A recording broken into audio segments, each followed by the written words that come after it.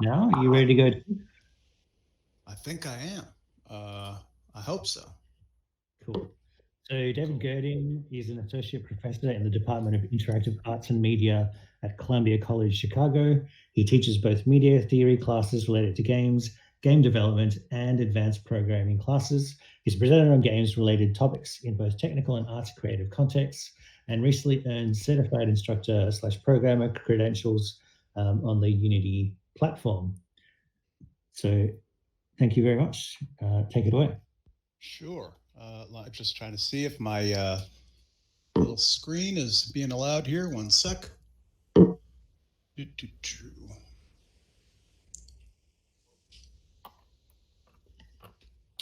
Well, almost. Come on. Well, I'm tempted to go without it at this point. I've been battling tech all day since yesterday. Let me see. Anyone know why my share screen thing is not clicking through? Anyone Hubs friendly? Oh my God, that happened to me so many times today. I just have to reload. I hate to break it to you. Okay. All right. I'll be right back. I'm going to disappear and reappear, hopefully.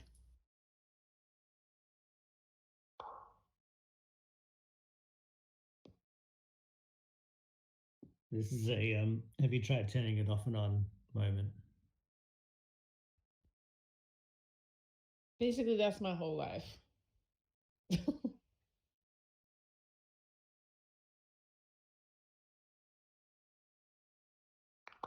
It's mostly behaved pretty well, I thought, though. There we go. It has. It's been really, really nice. But what happens is if you share video, then sharing screen can sometimes be a bit of a burden. And switching between them can kind of be a bit of a pain. Right. David?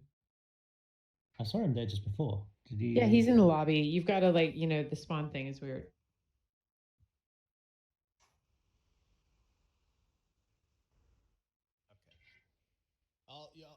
I'm gonna run over here and not leave again. Okay.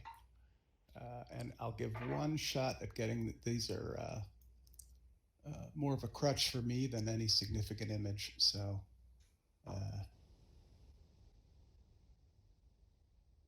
all right. We have some kind of screen there. Press spacebar to move it around, and the little rotate sign, which usually means flip, will let you scale, play with rotation in all 3 axes.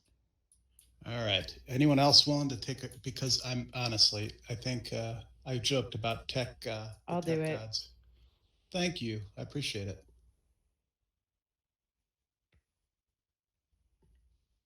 I'm going to put it on the stage for you if that's okay. Sure, that's fine. All right, no problems. I'm a ham. I'll look for it. Virtual, I guess, Sam. Okay.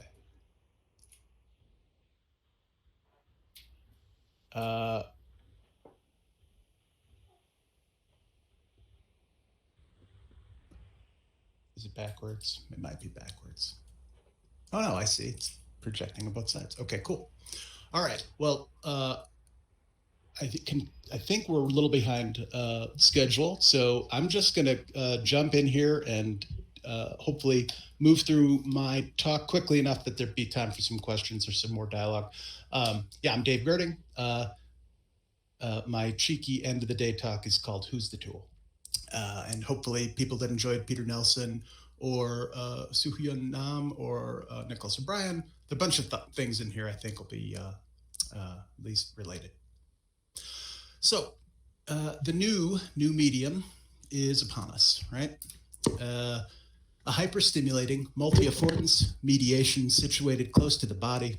It's a medium that's so potent as a tool for accelerating consumerism and fomenting social control that it stands a good chance of replacing firsthand experiences with ubiquitous and highly embodied game engines, clearly, like we're here today, are central to the new medium. And I love that jokey old phrase, is a Grateful Dead song once upon a time called New Something or Other. Anyhow, the ascendancy of game engines as media creation tools is straightforward too. Contemporary game engines, like humans, model reality in 3 dimensions. And to me, that's the nut of why these particular kinds of tools are going to be ascendant in the near term. Already, the most popular game engines now treat 2D compositions as a special case to support old school genres, right? The capacity of game engines to work both backward and forward across new media types makes it likely that the game engines are on their way to become something like a notion of a universal medium that I think Lucas was mentioning earlier in his talk this morning. The social cybernetic mind extends itself by intervening in firsthand experience and between social interactions. It's inevitable that media that thrive will be those that are most effective at simultaneously mimicking the dominant modalities of firsthand human sensation, are most adept at aping, pun intended, our firsthand agency with the world using, of course, simulated hands. Ta-da! Yeah, I love that cheesy shot. The eyes and hands have it. Potentially, there you go. So, game engines will win. That term win in the sense of a kind of adaptive pressure ecosystem that I think all the media are dancing around inside of. And interactive media are dominating because they're habituating, and that has a lot to do with the interaction and touch. They're also going to win because, unlike the preceding generation of media creation tools, game engines are probably the most coherent effort to enable orchestration of all the existing digital media that we've gotten in the last 40 years, and to do that kind of orchestration over time, and most significantly, with all that integrated experience happening over, in turn, user agency and interaction. It's the rush. Of course, it's profit, as usual, right? You can't make that title up. Monetizable pain.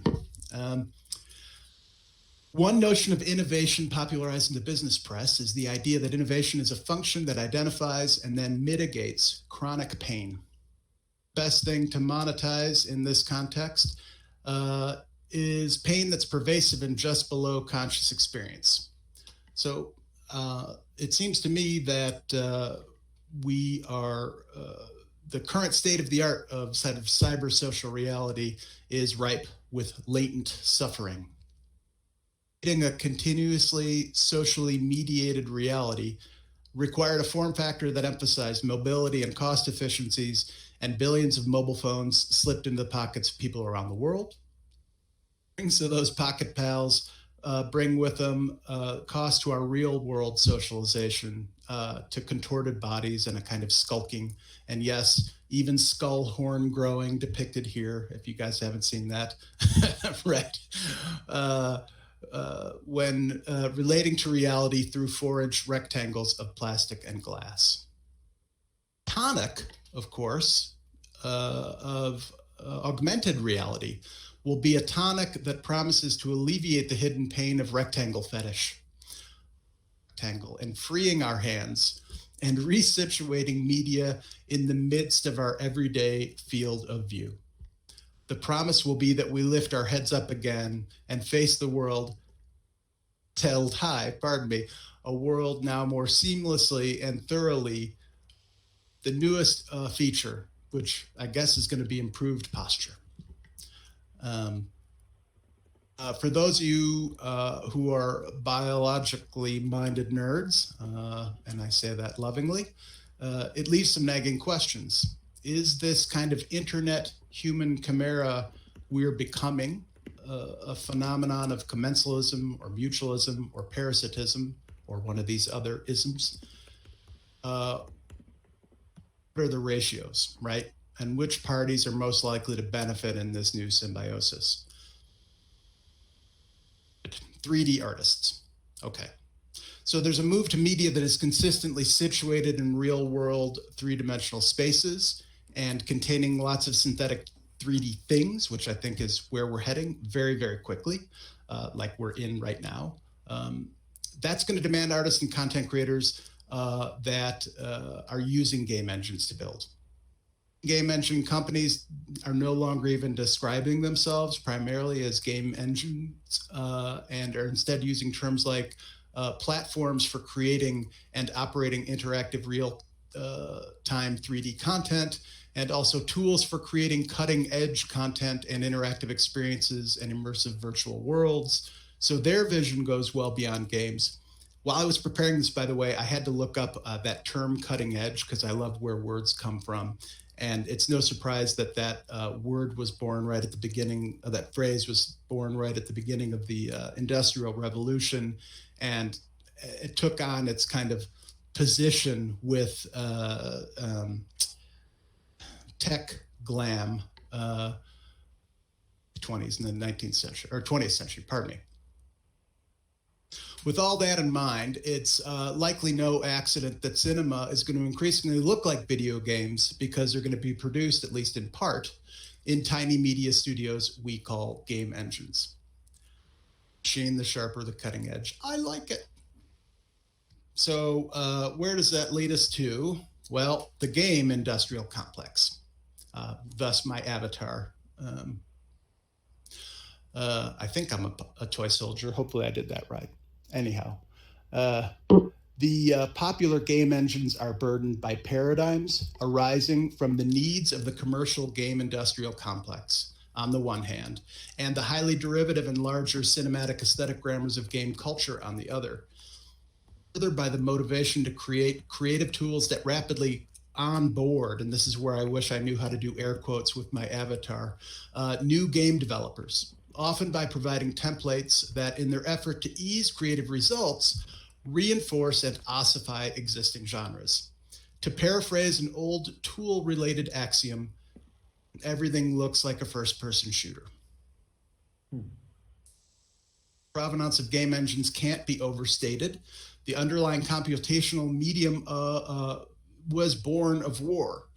Likely the need to calculate, literally the need to calculate mortar firing tables, and as we all know, to crack the codes, crack the Enigma codes. But if you think about those two underlying sort of zone for existing in the medium of computing, or to where we are, you can see that kind of vestigial impulse, I think, in our games. All of the advanced 3D visualization technologies and even the newer AR and VR technologies that are on the verge of being consumerized are predicated on military simulation technologies like Evans and Sevlin folks and all those guys. This is a technological canvas predisposed to hurdling objects and puzzle-like abstraction. These machines have at their silicon core an architectural predisposition to simulated military play. Create a game medium that, if not objectivist, which I think some of those tones were touched on briefly in some earlier conversations, and maybe it's a premise of its own talk down the road, is rooted literally in object-oriented models of reality. And the object-oriented program paradigms that underlie these engines are reductionist by requirement and by convention and design.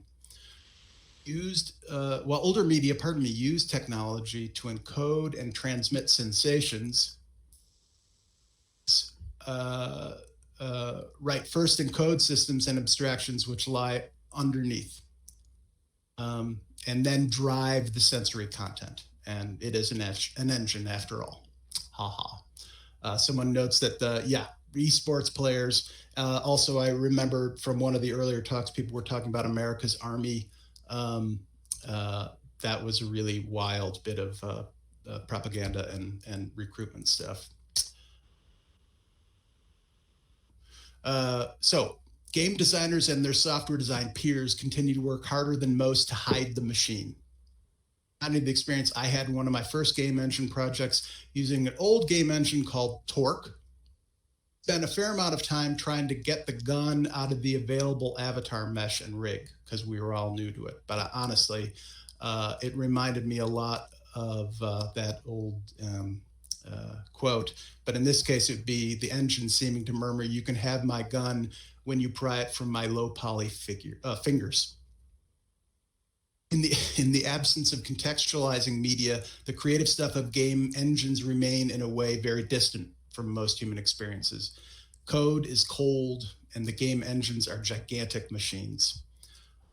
These engines are, to the next 20 years, for good and for bad, what Adobe's Creative Suite was to the last 20.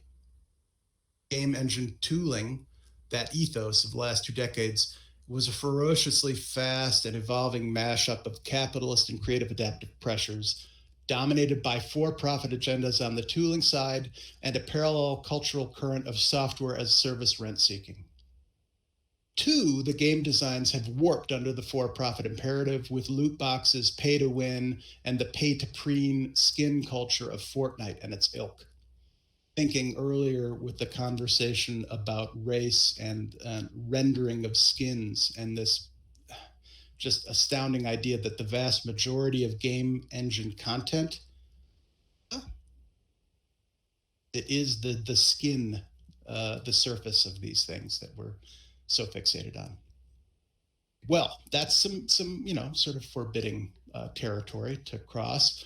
But the good news is that there are engines that are less burdened than the commercial suites have been describing, and did like maybe the rest of you are, because I have to use those commercial engines too, and they have a lot of good things in them.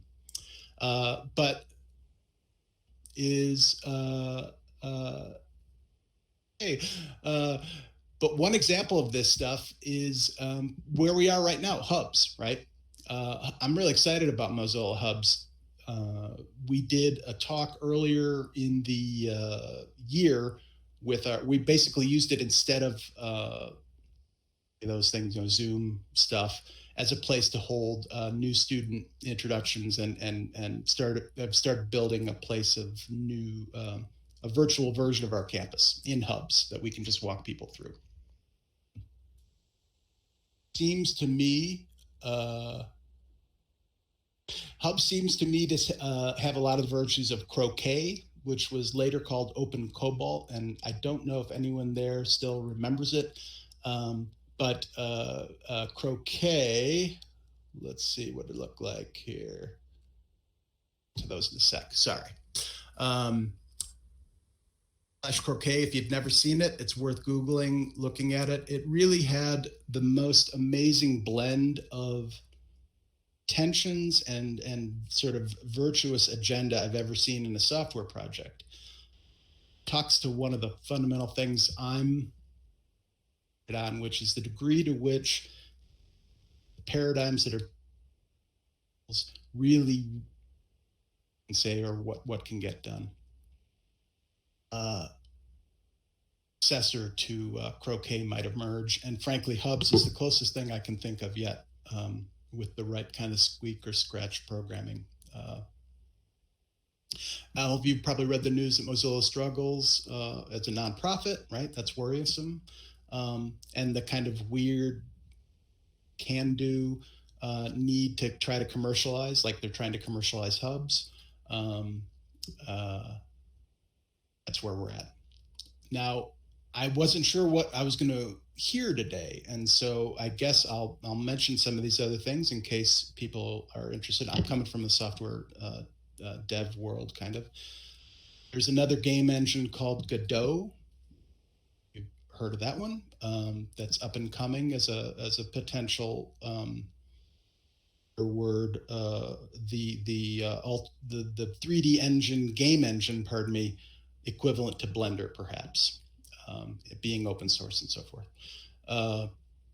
But poke a little fun at my programmer friends who, when hearing of Godot, it turned out we're not waiting for an engine like waiting for Godot, but thought that they were waiting for an engine like waiting for Godot. I just love that. Anyhow, as an academic in a school that tries to ready students for commercial creative work, I find myself under pressure to use commercial tools, right? And since those are the tools that are, quote, used by industry, Columbia College, where I teach, we've got a very large program, 600 undergrads, most of them in game design of some kind or another. but there's all this, is it real world, and all this language of AAA, these different kinds of chauvinisms hidden there, here and there. I haven't yet figured out how to make a credible for these open platforms to go right into the commercial world, but maybe there is one, and I'm all ears. It's one of the reasons why along the way I trained up on Unity, because someone mentioned in the chat, yes, we have to continue learning. All right, so I'm going to wrap up and pivot to an even bigger idea in case I haven't touched on enough of them. And I'll just throw this out there because I know someone was mentioning Unity, but it touches on some of these themes. Unity versus Unreal Engine, right? Believe software is just like religion. Everyone's got their denomination, their sort of sectarian partner, membership. I like if you're new to game engines and looking, I think in the commercial realm, slightly nicer vibe. Unreal Engine, I know, is what the big boys use, and that macho yuckiness was much intended. So there's a maybe bigger opportunity here with game engines, and this is where I'm just going to go crazy blue sky. This conference and conversations like it are so important because I think we're at a really another pivotal foundational moment. And the things we call game engines are likely going to sit at the middle of the creative ecosystem much sooner than later.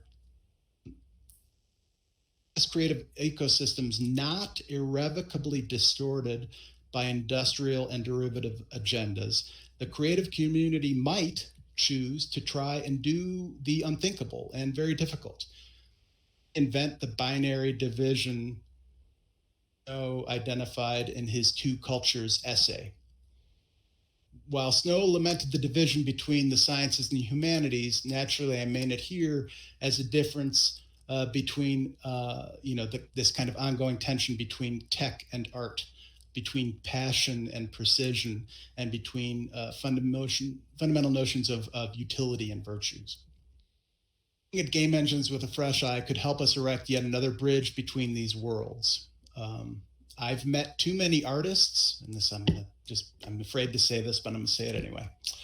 I've met too many artists that celebrate their technical as a kind of creative purity. Maybe against the mean judgments leveraged by tech bullies. And I've also met too many technically competent, quote unquote, creatives that shy away from subjective, the unquantifiable, and the no profit motive typified by their arts-oriented colleagues. Come back to the question of to what degree technical fluencies may liberate and to what degree they might also confine.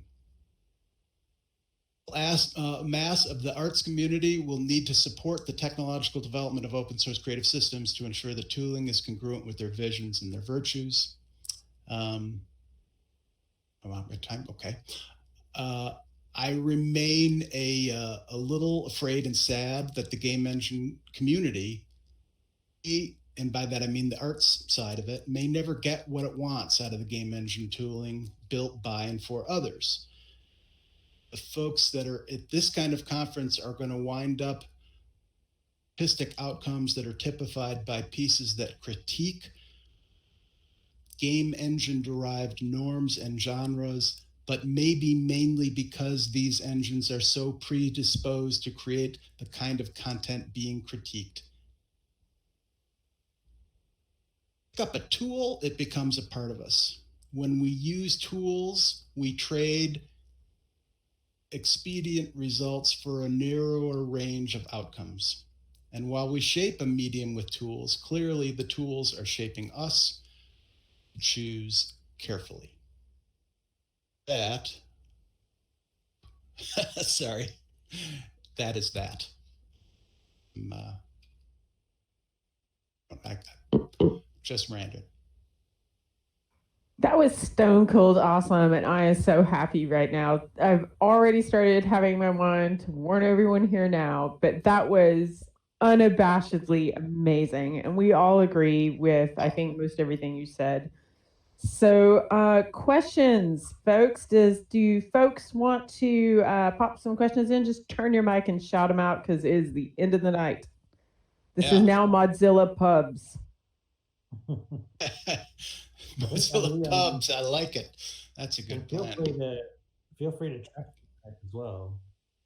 Now that we can just like put stuff everywhere, you can use the pointers and the objects, and yeah, have fun. I have a question just about. There we go. Sorry, we're already in party mode. Somebody's already drawing all around us. It was me. That was the speaker doing it. Okay. So blame me. Sorry, I just want to ask about what your thoughts are on things like open frameworks and processing, where it's like, we often think of game engines as being like Unity and Unreal, etc. But it's really easy to make things that approximate the basics of those things in these other more simple platforms that you have a lot more control over, I suppose, but are like a little bit more technical. And I was wondering if you have any thoughts on how we can sort of insert those more into the game's conversation and say, hey, these are really viable ways of making stuff as well. I mean, my guess is that whatever these tools aggregate on purpose. The for-profit tools I'm speaking about, they aggregate conveniences and sort of they create leverage, right? They give people tons of expediencies and competencies very quickly. In doing so, they typically also kind of amalgamate in a way that glues all of their assumptions and belief systems and everything else together into one framework. One of the things I liked about that project that I was referencing called Croquet was it was based on one of the old programming languages called Smalltalk that was. So the premise with Croquet is everyone could gather in a space like this, but I might be hosting this space and there's no intermediate. I mean, with Croquet, it was all peer-to-peer. There was no intermediary server, which means, of course, like basic technical choices like that. Like if you make an architecture that isn't peer-to-peer, certain that some power, the culture, is going to wind up being in control of the server. I don't think it's accidental. I think it's just kind of inevitable. Like with hubs, I tried to set up hubs. It's super cool. Even the hub setup, Mozilla needs money, and I'm super grateful about Mozilla. But even the hub setup, they're going to try to monetize, quote unquote, that. And so let me get back to my original point, which is my suspicion is these tools are going to have to be compositable, freer, meaning we're going to have to move towards software tools that are probably finer grained and that stick together, opposed to one that comes in a bucket that you subscribe to. Yeah. Oh. Have you seen? I had a question, which is it in the right ballpark? Is there really even a demand for engines that are not as burdened by the histories and as the ones we're using, or can we benefit from sort of the bigger juggernaut? Like I'm an artist that previously ran a games company, and we worked with engines, and now I work with C++ and open frameworks and all that stuff. And for me, the move was really necessary because I got to divorce myself from all of those assumptions of of what people want out of games. and what they want out of digital experiences, and also like what the idea of a digital experience should be. Like when we, even with the terminology of games and calling something a games engine, it pushes us towards a certain set of desires, outcomes, etc. And so I see a real need for that sort of stuff. But you know, as an artist, I'm very specialist. And I agree, right? Bruno is saying there is always a system. There is always a system. I just don't remember a time in human history where as much of the toolkit was proprietary. Yeah. Cultural tool mix, copyrighted or patented, or you know, so that's a weird done as and agreed to.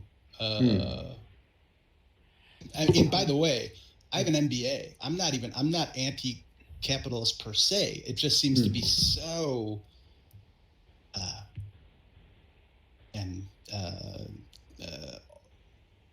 I'll say altering. Yeah. When it gets into the mix. So I don't know if can everyone hear me? Yes. Oh, yeah. My name is George Machado. I'm actually a student at the Game Center. Hi. And hey, how's it going? Yeah, I think I would absolutely agree that we definitely need like a kind of decentralized platform to make these kind of things. Like I work in Unity and C# mostly, simply because it is like it has been the easiest for me to like get a grasp of. Like I came in primarily as an artist. I don't come from a CS background in any way, shape, or form. And I've looked at Unity and Unreal and GameMaker and the state of engines in general at like in the last like 5-6 years. I compare it to what music production was in like the early to mid aughts, when like tools like Fruity Loops and Pro Tools became available to a lot more people.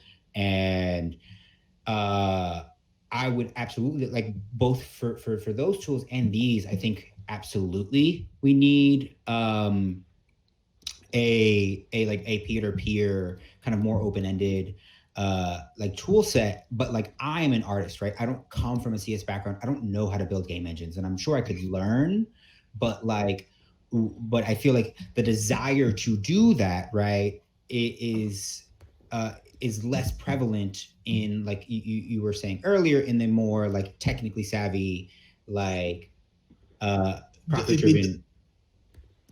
I think some of the stereotypes about technical competency and these creative or artistic competencies, those all come from those stereotypes come from real places, yeah. Right? And but that doesn't mean that. So the undergrad program we've got is 25 years old now, and it was, as far as we know, the first undergrad program that was treating interaction design outside of a computer science context 25 years ago. So it was a BA, and it was what people would now call interaction design, except it was groovy because it was called interactive multimedia. So it was really stuff, right. But that was the idea, right? And I think the faculty in our department, we really try to advocate this, what we jokingly call whole brain. People try to stay in their comfort zone of one kind of creative competency. We'll try to encourage them to move in the other direction, or cross train, or whatever you want to call it. It is true that in the end, the motivation you have, some people want and enjoy the aesthetic of tools and making tools, and that's awesome because we get to live in that world.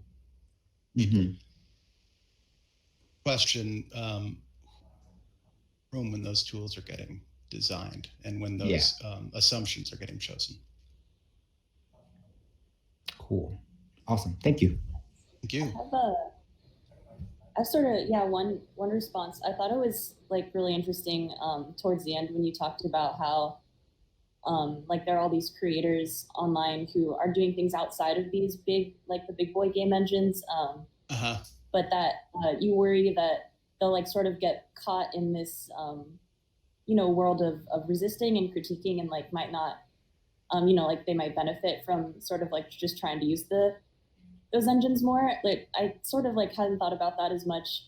But one thing I just sort of want to maybe like respond to that with is that I think there is like a lot of the work out there that is like parody or is resistance, but I think it would be missing something to see all the work that lacks industry polish as being parody or as being like directly against polish, when I think it's sort of just people trying to use the tools that they have to create some form of expression that's not like in opposition to polish, but is just like not really in the like speaking on the same terms as it. So I think it's sort of, I think there's a lot of work out there that's not parody, that is also not industry standard. That is like, yeah, no, I feel like that angle is good to take into account too. Oh, absolutely. Yeah, I don't mean to, and I didn't mean to suggest that that's the only, or I mean, I love parody and I love deconstructive and impulses and referencing. On the other hand, again, I know I had this one other, and I don't know if this seems relevant to you all, but I only just saw this documentary. I don't know where it's on one of the streaming services called Tim's Vermeer. And if anyone has seen that, it raises really interesting questions about the right. But Tim's Vermeer raises really interesting questions because this actually, for the founder of this company called New Tech, which was once upon a time the darling of video processing stuff on Amigas of all things, and came up with a theory about how Vermeer had made his work, and without any painterly training made Vermeer the tech tool that he thinks, yeah, right. That was really interesting. And I just found that like, right, thank you. That's it. And Hockney's in it. He gets to see it as well, right? Really interesting that too speaks to this kind of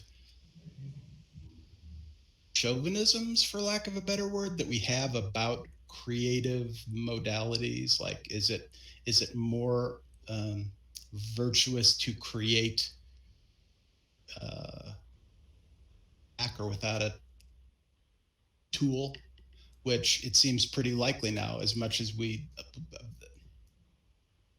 I watched that documentary and came away convinced that Vermeer was probably using this widget to get that painterly result that he got. That I recommend watching it, but it seems to me thematic somehow. So anyway, cool. Well, cool. Last, but it sounds like some people liked it, so that's nice.